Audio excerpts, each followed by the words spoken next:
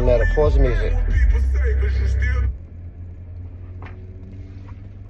Yeah, we back with another long-waited edition of RPT, Real Prison Talk with Wes. And I'm gonna take my time today. It's been a while. I apologize for the long absence. I've been through a lot. We're gonna go through all that.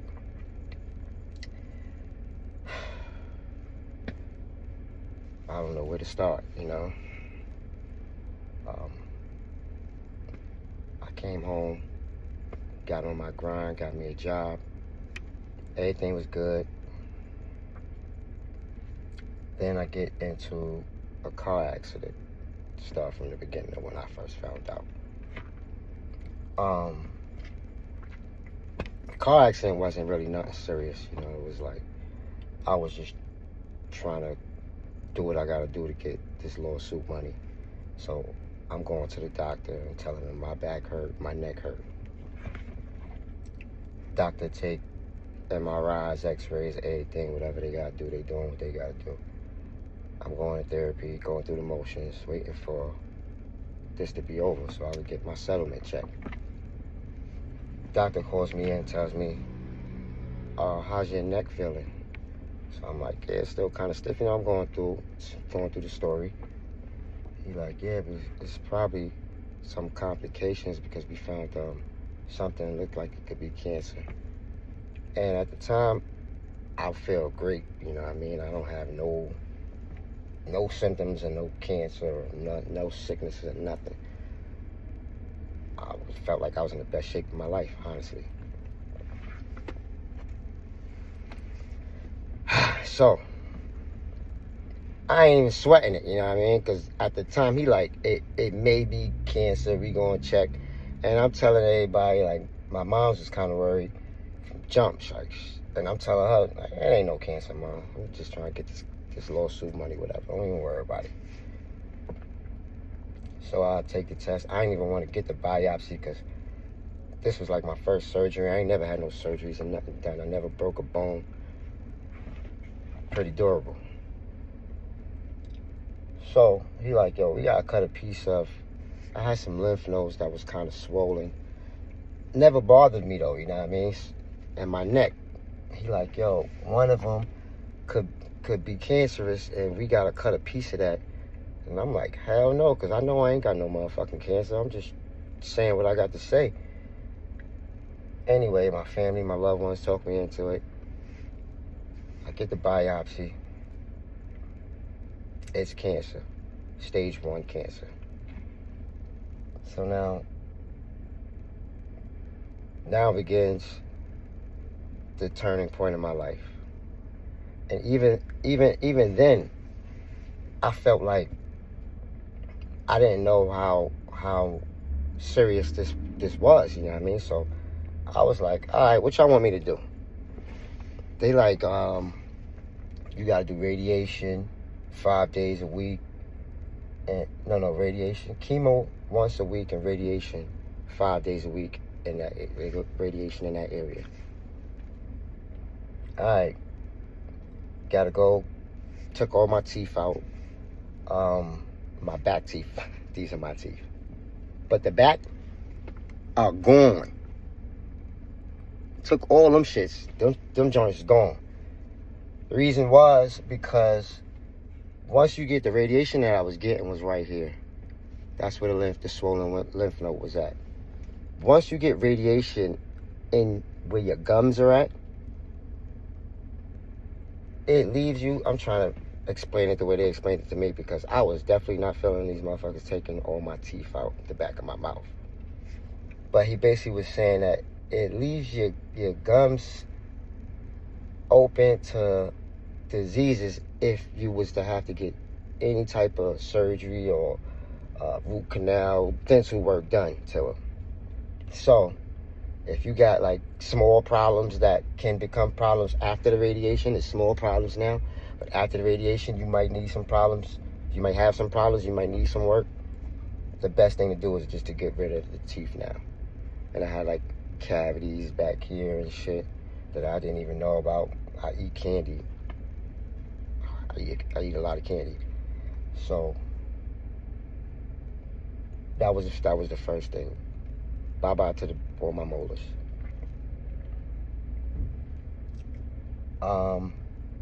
I got another surgery, the biopsy. The first biopsy was the first. Then my molars. What was the next? Then we removed one of my tonsils. I don't been through so much, so I can't even remember why they did that. But the roughest part, was once that chemo and the radiation kicked in together, like tag team me. Like I said, I still thought that like I was gonna be able to overcome this. I'm telling my boss like, yeah, I got cancer, but I'm gonna be to work every day. I'm gonna go take my session of chemo, get my radiation, and come right back, get back to doing what I do. He was even telling me, he'd been through it too. He was even telling me like, yo, nah, just take the time off, get right. I eventually had to, but at the moment I didn't know that how serious this was going to get, and I was like, nah, I'm going to be here. Man, I think it was the first chemo session, my body reacted negatively to it because I was allergic to the type of chemo that they was giving me. I can't even explain the type of pain that was. That was maybe like, that might have been my first real, this is real moment. Like, I was actually taking everything for a game, like, up until they shot that chemo in me, and it felt like I was having a heart attack.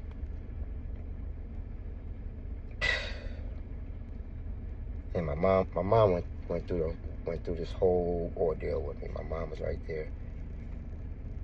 So that was how they found out I was allergic to that chemo. I couldn't take that chemo. They eventually ended up giving me some other type that I wasn't allergic to, but made me very, very sick. Throw up all the time. I couldn't even leave the house.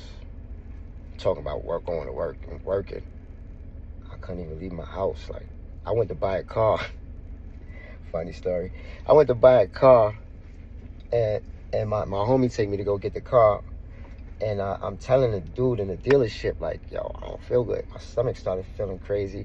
And that's the first sign that I'm about to throw up. But this dude got me in there signing all type of papers. Was it this car? No, it wasn't even this car. It wasn't my Cadillac. It was my Nissan. The dude got me signing all this paperwork. I gave him the money, and I'm like, yo, listen, just let's do this another time. We about to be done. He kept hitting me with that. We about to be done to me to death. Sure enough, I'm in this little tight office with this dude. There is no garbage can around. That shit started erupting. I spewed that man office. He got me the fuck up out of there then. So, like I was asking him to do, let's just do this paperwork. You can email it to me however, you know what I mean? But he must have thought I was bullshitting. He got me the fuck up out of there then. And that was just, that was just one example that I definitely wouldn't have been able to fucking get up and go to work and do the type of shit that I do at my job. So that sat me down for like 6 months. And then even after the chemo and the radiation, because I'm like, I'm almost on my second year in remission right now. I still felt the after effects of it even afterwards. First of all, there was like, it's going down. There was burn marks, radiation marks all over my tongue, down my throat, which made it so painful to eat or drink anything. Like, water tasted like I was drinking sand, and all food tasted like I was eating sandpaper. My weight withered down to like 117 pounds. They was threatening to give me a feeding tube if I didn't like start putting on calories. And I can't even tell you how long it took for that to go away from me. I'm just now, like I said, almost 2 years in remission, and I'm just now starting. I ain't gonna say I'm back to normal and I feel like myself again. I'm 100. I'm just now starting to feel like, okay, I'm getting back right again. Like now I'm good. I've been working and shit, but my body, my taste took forever to come back. And it's horrible when you can't taste food, and it's painful to go down. So that was one of the reasons why I just stopped eating, which caused my stomach, like I was saying, caused my stomach to shrink. And now when I'm trying to get my weight back up, my appetite ain't even the same. I can't even eat the amount that I used to eat, you know what I mean? So it was just tough, I couldn't even get out of bed some days. Hold on, that call just threw me off. I'm trying to get my train of thought back. I told you I'm gonna take my time because it's been a while, so I don't really want to leave anything out. I don't like to redo videos, and I always just one take it. I gotta do 2 videos. I'll do 2 videos. Like my cousin just called during this video, and now I gotta connect videos. He called and I had to stop recording. I'm not even tech savvy. I just know how to turn record on my phone, which is the reason why I even started back doing this. My brother, shout out to Big Bro, he was telling me, because I wasn't even going to do this no more. I was kind of like, my reason, I was embarrassed. Like I had got so small that I was like, I don't even want to record no videos of myself looking all sick and whatnot. But I was telling everybody that I just didn't have the time to do it, you know what I mean? My brother was like, yo, what's up with that channel? What's up? What you doing with your YouTube channel? And I'll just be like, nah, I ain't got the time right now. And he was like, you acting like you edit your videos and gotta go to the studio and get your camera and your lighting and all that right. All you do is put a camera in your face and push record, bro. Put that content out. And I was like, I had to really look at myself in the mirror and ask myself, like, what's the real reason, Wes? You ashamed of yourself? But yeah, I was kind of embarrassed because I was mad skinny and sick. How Pac said, flabby and sick, I was skinny and sick. But it is what it is, you know what I mean? Because we bounce back. The real ones, we always bounce back. And the bounce back is going to be even crazier. So I apologize for the long hiatus, but I'm back on it, I've been back on my grind. Got a book in the works, Surviving Prison. Should be out soon. I got another book that I wrote, and it's not really like a self-help book because I wrote the Surviving Prison book when I was in prison. Honestly, I was in there with nothing but time. I got sentenced to 12 years. And one of my homegirls had sent me like a contest, and it was a writing contest, and I like to write, that's what I do. So I was like, what? And then I'm watching Wendy Williams one day, and I forgot what celebrity she was talking to, but homie was about to go to jail, and she was telling him like, yo, you should write a Surviving Prison book. I think he was probably one of the celebrities that frequents jail a lot, you know what I mean? And she's like, you should write a book. And I was like, shit, I should write a book. And it was apropos because the homegirl just sent me this information about this contest. Shout out to the homegirl Destiny. And I wrote the book. Put it in the contest. Never heard back from these people. So now I'm just sitting here doing nothing with the book until I come home. And my boy Ash, he like, yo, nigga Ash telling me to do something with the book since the first day I came home.